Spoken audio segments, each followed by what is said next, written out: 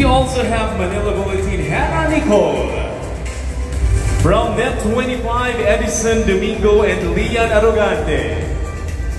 We have from Philippine Star, Mark Villesa and Ernie Benya Redondo. Manila Times, the oldest English newspaper in Asia. We have Arlo the studio. We have Manila Standard, Andrew Rabulan. From Asian TV Heritage Network, Chino Hansel Villiang and Carlito Tugas together with Adela Jose.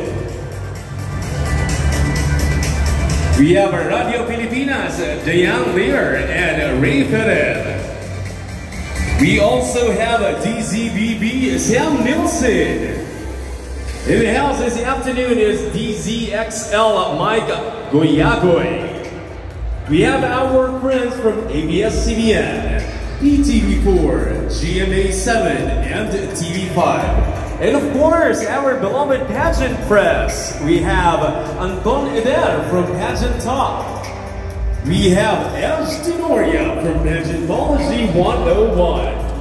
We have Jay Barbo from Pageant Trend. We also have Ferdinand Abihon from Eventology. And of course, we have JB Valdemoro from Philippine Pageants. A warm round of applause for all our press this afternoon. Thank you and welcome to the city of Malabon. Now, I would like to invite the members of the press to ask questions and randomly select a candidate to answer them. This segment offers an opportunity for our candidates to share with you their aspirations and perspectives on their journey in this year's at Binibining Malabon West. So let's begin. May we have the first participant, please? May I request you to please introduce yourself and your affiliation.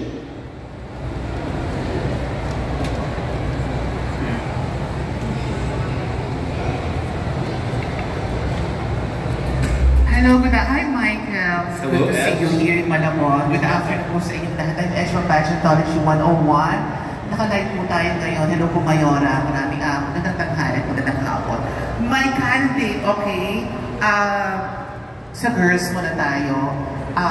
Candidate number 1, 2, 3. And of course, for male, candidates number 1, 2, 3. Alright, may we call in our binibinis from Acacia, Baritan, and Bayan-Bayanan, Jaira Geronimo, Andrea Alisa De Jesus, and Lily Jean Onofre. Please approach the microphone. Finale na yung sound bed. Anyway, I have an interesting question. Of course, prepared by our City of Malabon. Okay, if you had the power to change Malabon for a day, what changes will you make? Of course, candidate number 1, start na.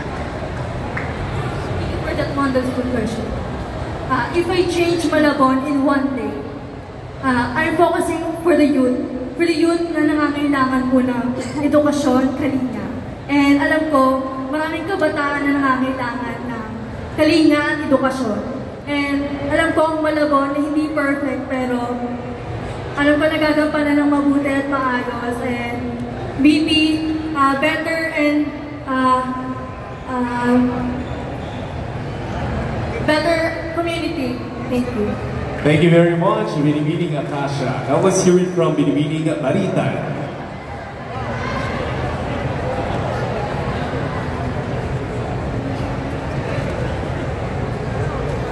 Good afternoon, and thank you for that question. Malabon is really a small city, but if we look in the bigger picture, I would like for Malabon to be a safer place, especially for women.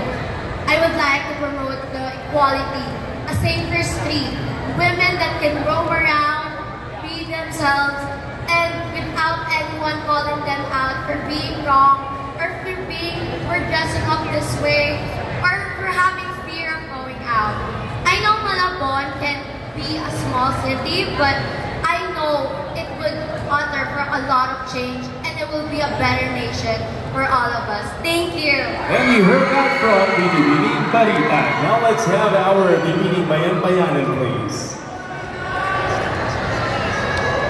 bilang isang mananayaw ng katutubong sayaw sa ating bansa, nais kong baguhin ang Malabon sa pamamagitan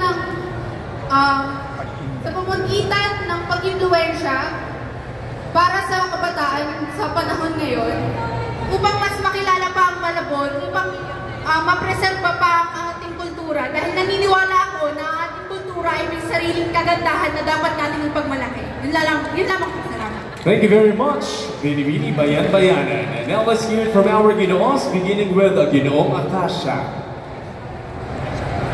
Thank you for that question. I do believe that if I will ever have to change Malabon, I wouldn't change it because I do believe that if I change a single one in Malabon, then it is not Malabon anymore. So I would rather stick to the old ones and what we are used to. Thank you very much. Now we have Ginoong Maritan. Hello, good afternoon. If I had the power to change one thing in Malabon, I will add more about arts because I believe that Malabon is already historical and cultural. And as an advocate and an artist, I want arts to be the soundboard to spread awareness, social awareness to issues that need attention. And I believe that inclusive art influences people, and I believe that art speaks. Thank you. Thank you very much. Now let's have Ginoong Bayan-Bayanan. Maraming salamat sa inyong katanungan. Bibigyan ako ng kapangyarihan para baguhin ang Malabon. Hindi ko siya gagawin para baguhin ang Malabon.